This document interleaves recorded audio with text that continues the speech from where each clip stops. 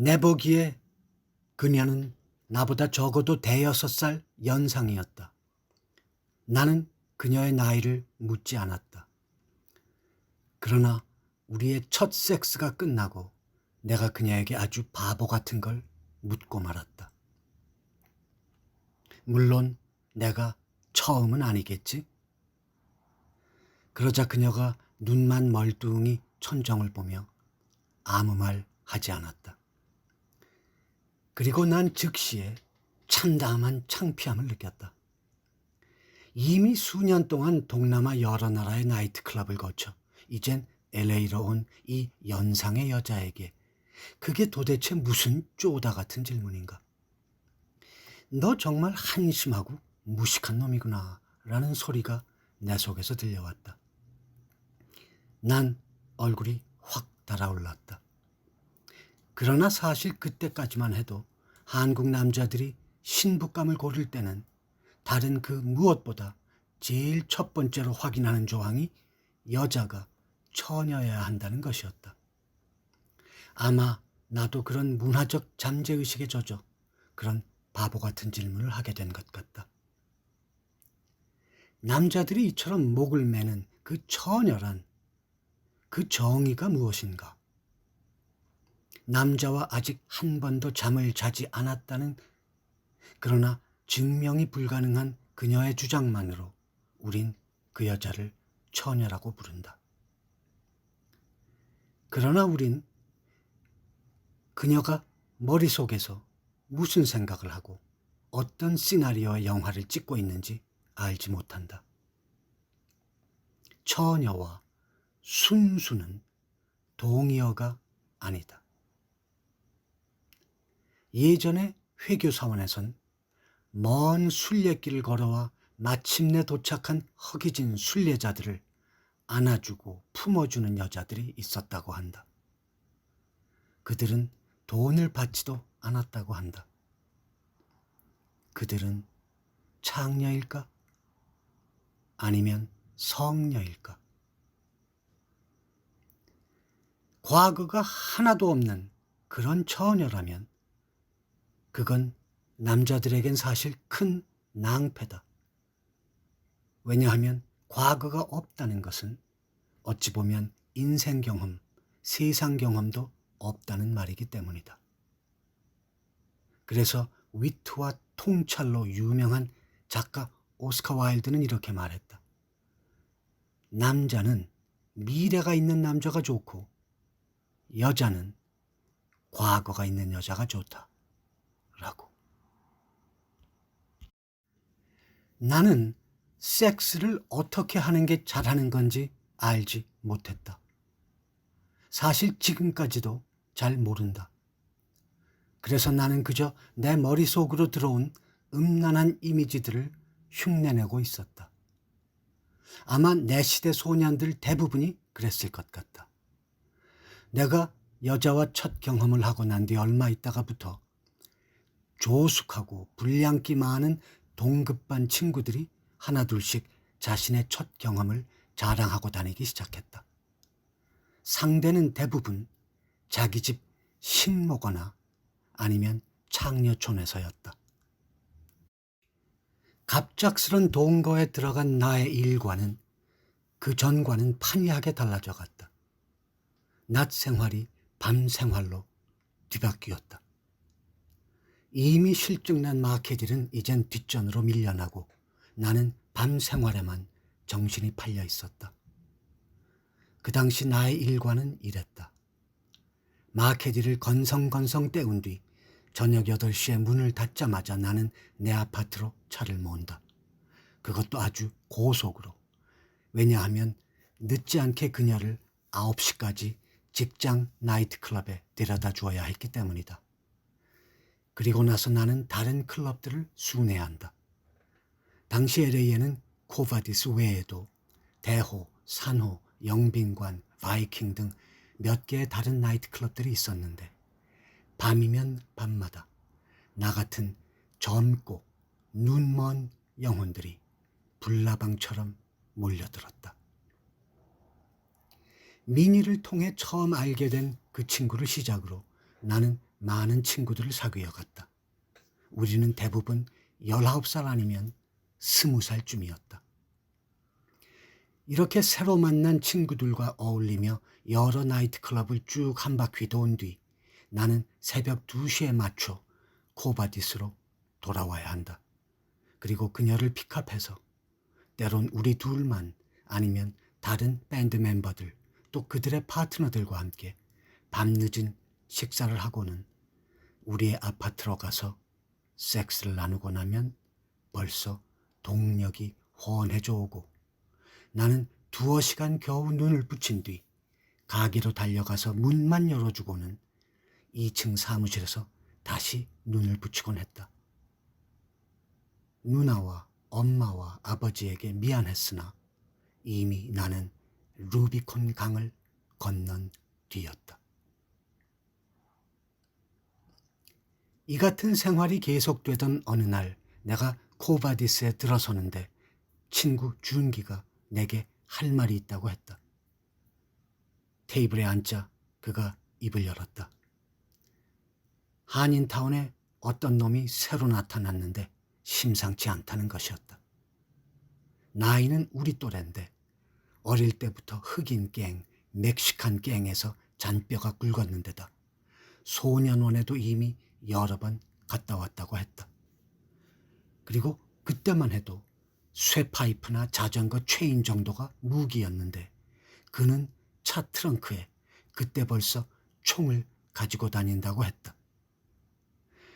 나는 그러나 이런 게 크게 문제되지 않았다. 왜냐하면 나는 싸움을 할 줄 모른다. 나는 누구를 패거나 하지 못한다. 언젠가 한번 내 친구가 내게 경험시켜 주려고 한 남자를 벽에 붙든 뒤에 나보고 실컷 패보라고 했다. 그러나 내 주먹이 나가지 않았다. 그리고 나는 알게 됐다.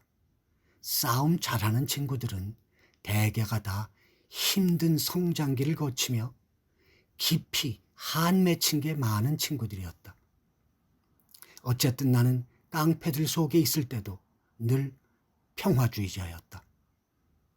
나는 항상 싸움을 말리는 사람이었고 그래서 때로는 두 라이벌 조직의 패싸움을 막아보려고 밤새도록 중재한 적도 있다. 그러니 코리아타운에 무서운 놈이 나타났다 한들 깡패 아닌 내가 크게 신경 쓸 일은 아니었다. 헌데 준기가 그 다음에 내게 해준 말은 나를 경악시켰다. 그 놈이 내 여자에게 지금 눈독을 들이고 있다는 것이었다. 나는 숨이 컥 막히는 듯 했다. 내게는 그 같은 자를 상대할 힘이 없었다. 잠시 멍한 뒤에 내가 말했다. 너 그 친구 잘 아니? 그러자 그가 대답했다. 조금밖에 몰라. 너 그 친구를 찾아서 이리로 데려올 수 있겠니? 그가 일어서며 말했다. 그래, 한번 둘러볼게.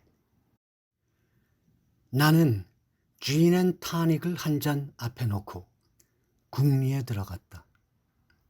그러나 묘안이 선뜻 떠오르지 않았다. 그래, 우선 만나보고 나서 그때 결정하자 하고는 기다리고 있는데 곧 이어 둘이 나타나 내 테이블로 다가왔다. 나는 준기를 보내고 그와 단둘이 마주 앉았다. 첫인상이 그리 험악하진 않았으나 강고림이 느껴졌다. 우리는 편한 주제의 얘기를 서로 나누며 나는 그를 조금씩 알게 됐다. 첫째, 그는 능숙한 영어에 비해 한국말이 한참 서툴었다. 하늘에서 내리는 건 눈이고 얼굴에 붙어 있는 건 눈깔이라고만 알고 있었다. 둘째, 그에게서 어떤 의리감 같은 게 느껴졌다. 난 그에게 제안했다. 가만 보니 너랑 나랑 참 좋은 파트너가 될 것 같다. 너는 내가 가지지 못한 걸 갖고 있고 나는 너에게 없는 걸 갖고 있는 것 같다. 우리 친구하자. 그러자 그가 흔쾌히 그러자고 했다. 그 다음에 내가 말했다. 단 한 가지 조건이 있어. 저 베이스 기타 치는 저 여자는 잊어줘. 이미 나랑 지금 같이 살고 있거든. 그때 그가 주저없이 승낙했다. 우리는 곧바로 단짝이 되었다. 그때 LA에는 한국에서 온 신상사파, 전라도파, 명동 사보이파 출신의 건달이랄까 깡패랄까 뭐 그런 이들이 적지 않았다. 그들은 우리 둘보다는 나이가 훨씬 많았고 주먹 세계에서 단련된 베테랑들이었다. 그 중에 많은 이들은 얼굴이나 몸에 새겨진 깊은 흉터들을 훈장처럼 여겼다. 그러나 그들 중에 그 누구도 내 친구 데니를 주먹으로 누를 수 없었고 주먹이 아닌 내게 또한 함부로 대하지 못했다. 나는 그가 내 옆에 있어서 든든했고 그 또한 나를 든든해했다. 우린 이렇게 한 팀이 되어 건달들과 범죄자들과 야행성의 젊은 영혼들 그리고 온갖 밤업소 종사자들이 꾸려나가는 밤의 세상 속으로 걸어들어갔다. 이렇게 시작된 나의 밤 생활이 몇 달쯤 된 어느 날 밤 내가 우리 아파트 앞에 거의 다 왔을 즈음 바로 내 앞에 차가 멈춰서는 것이었다. 그때 내 가슴이 막 펄럭펄럭 뛰었다. 살다 보면 그런 때 있지 않은가. 곧 벌어질 상황의 파동이 하도 커서 우리의 잠재의식 같은 것이 그걸 예감으로 미리 느껴서 우리의 몸이 거기에 즉시 반응하는 바로 그런 현상 같은 것이다. 내 예감이 맞았다. 그 차에서 내려서는 여자가 나의 여자였다. 그리고 차는 떠나갔다. 그녀는 나를 보자 어쩔 줄 몰라 했다. 그리곤 곧 내 바지가랑이를 붙들고 땅에 엎드린 채 흐느끼기 시작했다. 우린 어둠 속에서 한참을 그렇게 있었다. 내 눈에서도 눈물이 그치지 않았다. 그때 그녀는 내게 폭풍 속의 항구였다. 영어 표현 중에 폭풍 속에서는 아무 항구에나 라는 뜻의 any port in a storm 이라는 말이 있는데 그게 바로 내 얘기기도 하다. 우리가 살아가다 보면 때로는 심한 폭풍이 몰아닥쳐 할 수 없이 아무 항구에라도 깃들어 폭풍을 피해야만 하는 때가 있다. 내가 17살에 한국을 떠나와 이국 땅에서 고독하고 외로운 폭풍 속에서 부득불 어디에나 정박해야 했으므로. 그러나 폭풍이 지나고 나면 배는 다시 바다로 나아가야 한다. 그러지 않고 항구에 익숙한 안락에 안주하다 보면 그 항구가 결국엔 그 사람의 무덤이 된다는 말도 있다. 그리고 이 같은 상황에 딱 들어맞는 영어 표현 중에 또 이런 멋진 말도 있다. 항구에 정박해 있는 배는 안전하다. 그러나 배는 그러려고 만들어진 게 아니다.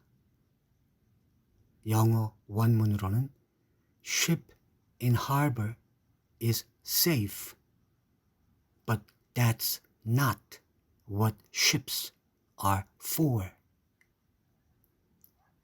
내가 좋아하는 류시화 작가의 책 중에 좋은지 나쁜지 누가 아는가라는 제목의 책이 있다.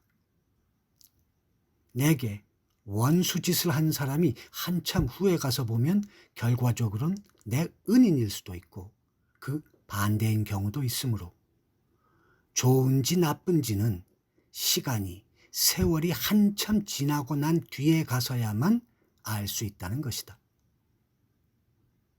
내가 조금 성숙하고 나서 돌아보니 그날 나의 여자를 집 앞에 데려다 준 그 남자는 다름 아닌 나의 은인이었다.